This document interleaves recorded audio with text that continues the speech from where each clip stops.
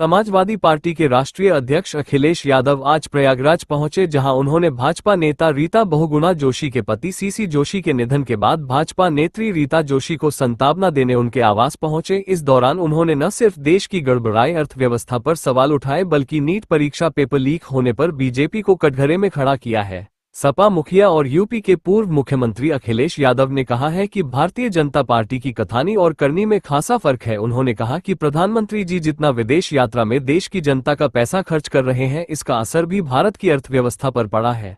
उन्होंने कहा कि प्रधानमंत्री ने देश के लोगों से कहा है कि पेट्रोल कम खर्च करें, सोना ना खरीदे। ये कैसी सरकार है जो विदेशी यात्रा में घूम रहे हैं और देश की जनता को गुमराह कर रहे हैं। उन्होंने मुख्यमंत्री योगी आदित्यनाथ पर भी कई सवाल खड़े किए हैं। साथ ही उन्होंने डिप्टी सीएम केशव प्रसाद मौर्य पर भी निशाना साधा। उन्होंने साफ तौर पर कहा कि डिप्टी सीएम को समाजवादी पार्टी ने कई बार हराया है और अब उनके कुर्ते का साइज बड़ा हो गया है। पूजा पाल को मंत्रिमंडल न मिलने पर उन्होंने निशाना साधते हुए पूजा पाल को डिप्टी सीएम बने को कहा। फिलहाल उन्होंने कहा है कि आने वाले चुनाव में समाजवादी पार्टी एक बड़ी शक्ति बनकर उत्तर प्रदेश में उभरेगी और इंडी गठबंधन के साथ मिलकर सरकार बनाएगी। उन्होंने यूपी की खराब कानून व्यवस्था का जिम्मेदार बीजेपी सरकार को बताया है। प्रयागराज शिक्षा, सौहार्द और धार्मिक संगम, इसका परिचय न जाने कितने रूप से हम लोग दे सकते हैं। और आज प्रयागराज में आने का यही कार्यक्रम था कि रीता बहुगुणा जोशी जी के परिवार से मुझे मिलने का मौका मिला और बहुत सारे अपने सभी कार्यकर्ताओं से भी दोबारा मिलने का मौका मिला मुझे।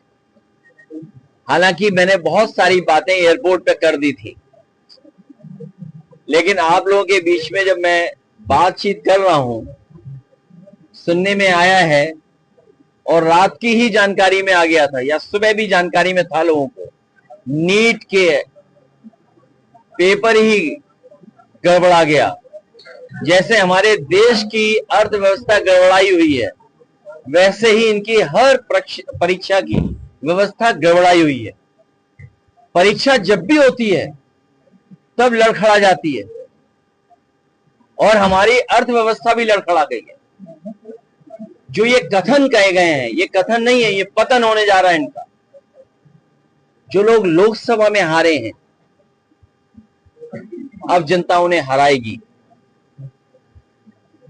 इस सरकार पे क्या भरोसा करेंगे आप?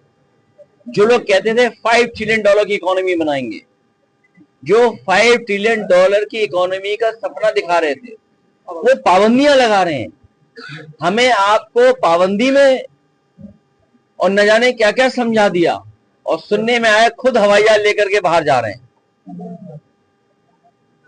एक देश नहीं, कई देशों का भ्रमण। इसलिए विपक्ष के लोगों को भी विरोध करना चाहिए और विदेश जाना चाहिए। हम तो विपक्ष के लोग हैं। दुनिया में अर्थव्यवस्था का यही माना जाता है कि जितना ज्यादा खर्च पैसा करोगे, जितना ज्यादा पैसा खर्च होगा, उतनी अर्थव्यवस्था बेहतर होगी। लेकिन ये पहली सरकार है जो पाबंदी लगा रही है। आखिर इस अर्थव्यवस्था को खराब किसने किया है? अर्थव्यवस्था से खिलवाड़ अगर किसी ने की है तो भारतीय जनता पार्टी ने की है। पूरी अर्थव्यवस्था को लूटा इन्होंने। भ्रष्टाचार के एक दो नहीं, न जाने कितने उदाहरण मिलेंगे। और याद रखिए, जब अपने धन्ना सेठों को ये मुनाफा कमाने देंगे, जब अपने धन्ना सेठों को लाभ देंगे, तो अर्थव्यवस्था तो लड़खड़ाएगी। अर्थव्यवस्था लड़खड़ा गई। परीक्षा कोई पहली बार नहीं पेपर लीक हुआ है। ये जानबूझ करके पेपर लीक करते हैं जिससे बच्चों के भविष्य से खिलवाड़ कर सकें। और इलाहाबाद, प्रयागराज तो उदाहरण है। कितने पेपर आउट हुए होंगे इस तरह के, या कितने पेपर लीक हुए होंगे। कोई परीक्षा ऐसी नहीं बिना पेपर लीक के परीक्षा पूरी हो गई हो। और जो गैंग, जो साजिश षड्यंत्र करते हैं, बहुत से लोग भारतीय जनता पार्टी के ही उसमें शामिल हैं। 37 पेपर आउट हुए कि 40 हुए हैं? लीक कितने हुए पेपर? 150 हो गए। अभी तक तो हम 40 की सूची बना पाए थे। और ये जानबूझ करके नई पीढ़ी, नौजवान जो पढ़े लिखे हैं, जो अपना भविष्य बनाना चाहते हैं, नौकरी कर करके सेवा देना चाहते हैं, उनके भविष्य से खिलवाड़ कर रहे हैं। इन सबका एक ही रास्ता है। ये जो भारतीय जनता पार्टी का कथन है कि संकट है, एक ही संकट है, वो संकट भारतीय जनता पार्टी है। भारतीय जनता पार्टी ही सबसे बड़ी संकट है। क्या शिक्षा माफियों पे नकेल कसने का कोई प्रयास नहीं किया जाता? सरकार अभी जब से नौकरी देना ही नहीं चाहते, आरक्षण देना ही नहीं चाहते। केंद्र सरकार ने सीबीआई प्रोब ऑर्डर कर लिया है, इससे क्या जांच हो जाएगी आप मानते हैं? कई ऐसी जांचें जो आज तक पूरी नहीं हुई हैं। पार्टी आपकी कई जांचें ऐसी जो आज तक पूरी नहीं हुई हैं। पहलगांव जांच पूरी हो गई और दूसरी एक और घटना थी, और हम तो धन्यवाद देते हैं आप पत्रकार साथियों को। ये तो वो स्थान है जहां पर निष्पक्ष पत्रकारिता का विश्वविद्यालय चलता है, और आप में से बहुत सारे लोग हैं जब कुंभ के समय पर जो जाने गई थी, आप में से बहुत सारे साथियों को सच्चाई पता थी लेकिन मजबूरी थी, लिख नहीं पा रहे थे। लेकिन वो निष्पक्षता जो आपके दिल में थी, हम उसको धन्यवाद देते हैं। पीडीए 27 में किस तरह से आगे आएगा? क्या गठबंधन से लड़ेगा? असली तो पता करो, लखनऊ से लेकर के गोरखपुर सोना कौन इकट्ठा कर रहा है? अच्छा, हम आप सब लोग हैं जितने हैं, आप पत्रकार साथी हैं, आप कितना लोगे सोना? 1 तोला, 2 तोला, 3 तोला? एक गरीब परिवार क्या लेगा? 1 तोला, 1.5 लाख, 1 लाख रुपए कितने का हो गया? एक गरीब परिवार क्या ले पाएगा? सोचो, असली कौन इकट्ठा कर रहा है? ये बीजेपी के लोग इकट्ठा कर रहे हैं। लखनऊ से गोरखपुर चेक करो कौन इकट्ठा कर रहा है, किसके विज्ञापन आ रहे हैं अखबारों में, या और जगह पता करो इकट्ठा कहां हो रहा है सोना। सोना ही नहीं इकट्ठा हो रहा है। जब से बीजेपी की सरकार आई है, गांजे का भी कारोबार बहुत बढ़ा है। हर दिन कई किलो पकड़ा जाता है। लोग स्ट्रेस में है, टेंशन में है। 27 में जो अर्थव्यवस्था लड़खड़ाई है, आप किसके लिए मेंटेन करना चाहते हो? और $5 ट्रिलियन इकोनॉमी क्या सपना था? अर्थव्यवस्था दुनिया में उसको बेहतर मानते हैं जहां लोगों के पास ज्यादा पैसा हो, ज्यादा खर्च कर सके। ज्यादा खर्च करने वाली इकोनॉमी बेहतर होती है, पाबंदी वाली इकोनॉमी नहीं अच्छी होती है। और फिर आप तो कह रहे थे दुनिया में हम कौन सी अर्थव्यवस्था बना रहे हैं? लोगों के हाथ में नौकरी नहीं है, रोजगार नहीं है, किसान की आय नहीं दोगुनी हो पा रही। क्या कह रहे हैं? अब फर्टिलाइजर नहीं मिलेगा, फर्टिलाइजर कम इस्तेमाल करिए, प्रोडक्शन कैसे होगा? आपने तो किसान को आदत डाल दी कि आप ज्यादा से ज्यादा फर्टिलाइजर यूज करें, ज्यादा प्रोडक्शन होगा उससे। आप कह रहे हैं डीजल पेट्रोल कम खर्च करिए, मेट्रो का सपना दिखा रहे हैं। अरे मेट्रो इलाहाबाद में समाजवादी लोग बना रहे थे, वो कहां चली गई मेट्रो? और चलो इलाहाबाद में नहीं बनाई, प्रधानमंत्री जी ने अपने क्षेत्र में बना दी होती। और प्रधानमंत्री के क्षेत्र में क्यों नहीं बनी? क्योंकि मुख्यमंत्री जी खुद नहीं बनाना चाहते। डीपीआर बन गया था। तो कम से कम प्रधानमंत्री ये तो सोच रहे होंगे ना कि जब मैं ये कह रहा हूं कि मेट्रो पे लोग चलें, तो उनकी मेट्रो किसने नहीं बनाई? उत्तर प्रदेश के मुख्यमंत्री जी ने उनकी मेट्रो नहीं बनने दी, उनकी नहीं बनने दी, अपनी भी नहीं बनाई। तो ऐसे मुख्यमंत्री से क्या उम्मीद करोगे आप? 27 में पीडीए अलायंस में आएगा। पीडीए ही सबसे बड़ा अलायंस है, और जिसको पीडीए के अलायंस में आना, वो अलायंस में आ जाए। बंगाल की कैसे रोकेंगे आप?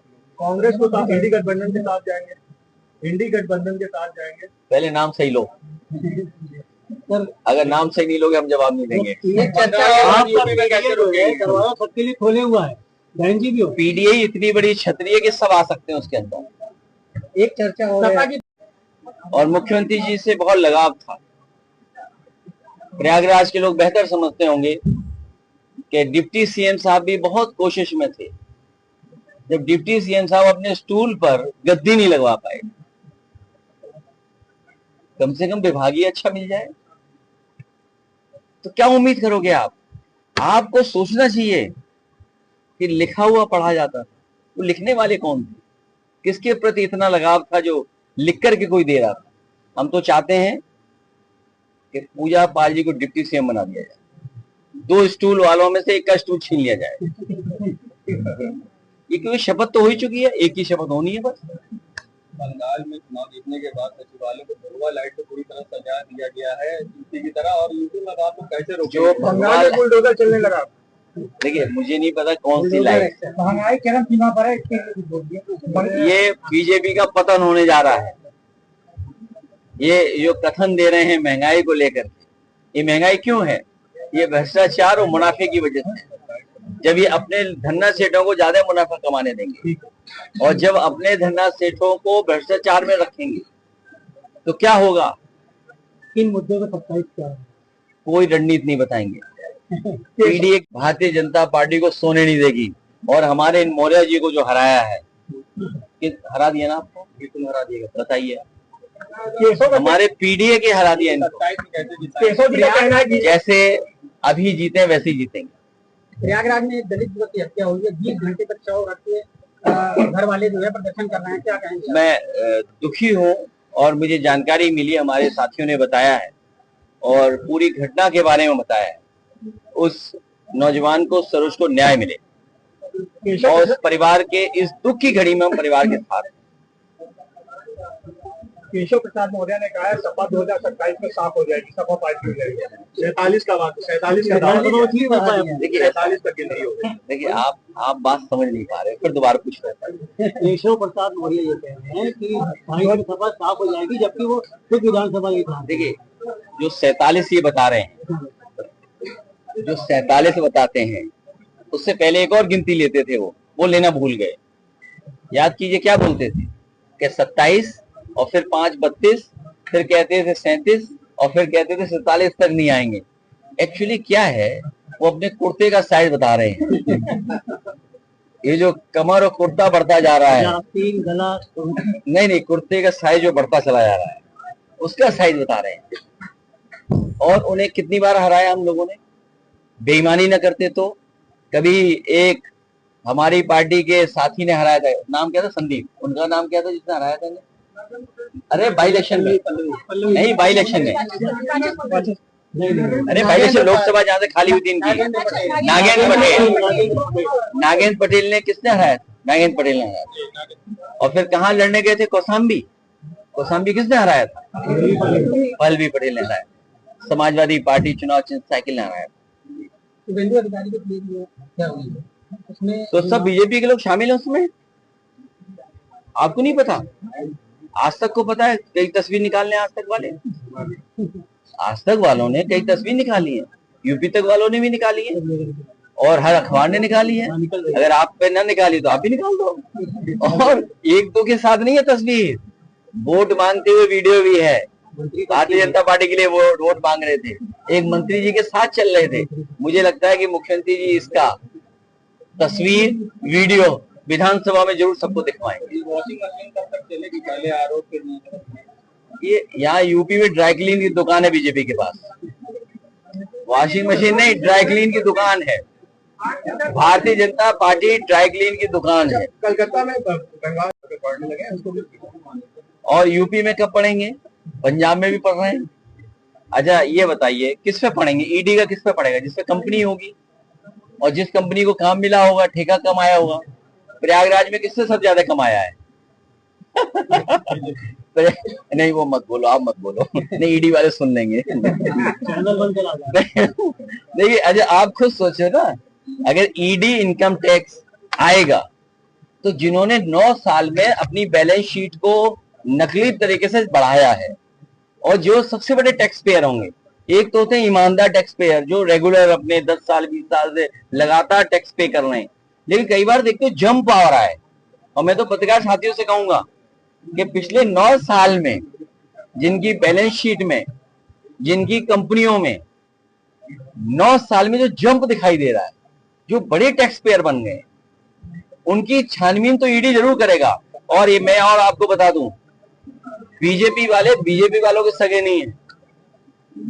कानपुर में जो बीजेपी के समर्थक थे, उनके ईडी, इनकम टैक्स और सेल टैक्स, जीएसटी की फैक्ट्रियों में पुलिस खड़ी रही।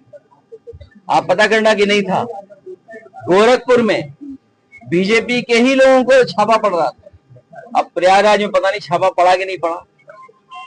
बीजेपी वाले बीजेपी के सगे नहीं है, इसलिए जो सपना दिखा रहे थे, बीजेपी वाले अपनों को ही धोखा देते हैं। जब सबको दे लेते हैं धोखा, किसान को इन्होंने धोखा दिया, नौजवानों को इन्होंने धोखा दिया, व्यापारियों को इन्होंने धोखा दिया, सबको धोखा दे लिया, फिर ये अपने लोगों को धोखा देते हैं।